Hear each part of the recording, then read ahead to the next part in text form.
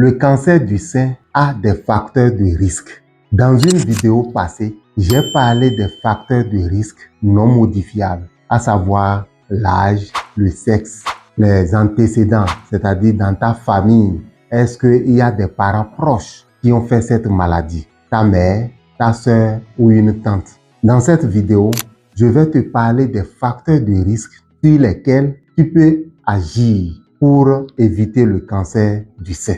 Mais retiens toujours que le cancer du sein est une maladie générale en raison de sa précocité, de sa diffusion de façon silencieuse. Retiens également que au début de la maladie, la masse qui apparaît lorsque c'est de cette taille, en 3 mois, elle se multiplie par 2.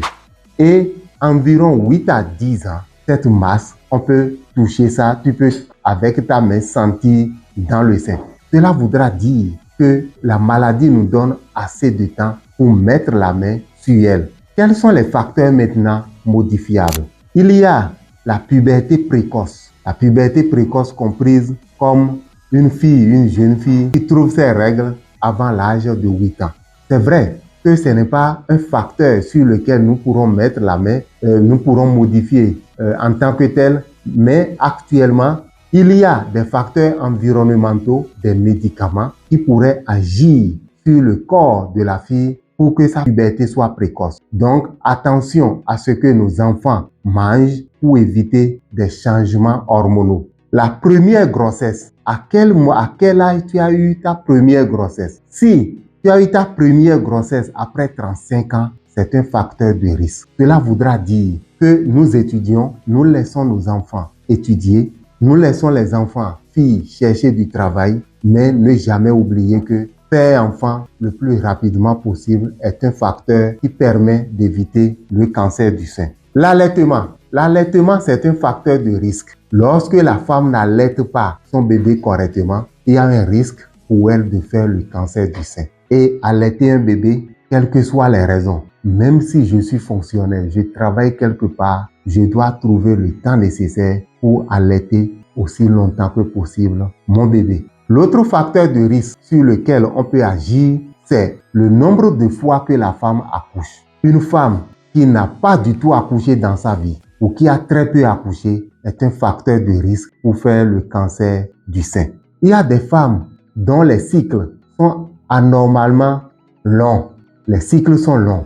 Il faudra que rapidement elles consultent parce que ça fait partie de ce qu'on appelle cycle anovulatoire. Et une femme qui a un cycle anovulatoire est à risque de faire cette maladie.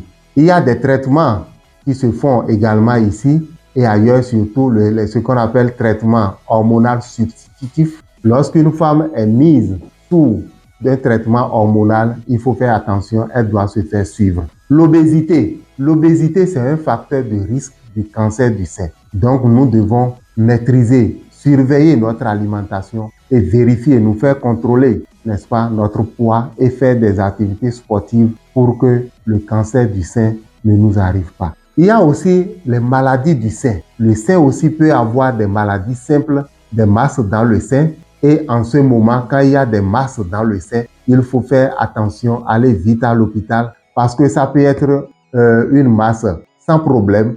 Mais plus tard, le cancer du sein peut se greffer, n'est-ce pas, sur ce type de maladie. Donc voilà globalement quelques facteurs de risque sur lesquels on peut intervenir. Je rappelle que la ménopause tardive, c'est-à-dire une femme qui trouve les règles au-delà de 52 ans, c'est aussi un facteur de risque. Et on peut agir sur ça parce que à partir de certain âge, si je continue à trouver les règles, il faut que je consulte vite un médecin ou une sage-femme pour qu'on examine pour savoir si c'est normal que je trouve encore du sein. Le cancer du sein est dit hormonodépendant en raison du rôle favorisant du terrain où les hormones sont les premiers facteurs qui modifient la cellule du sein.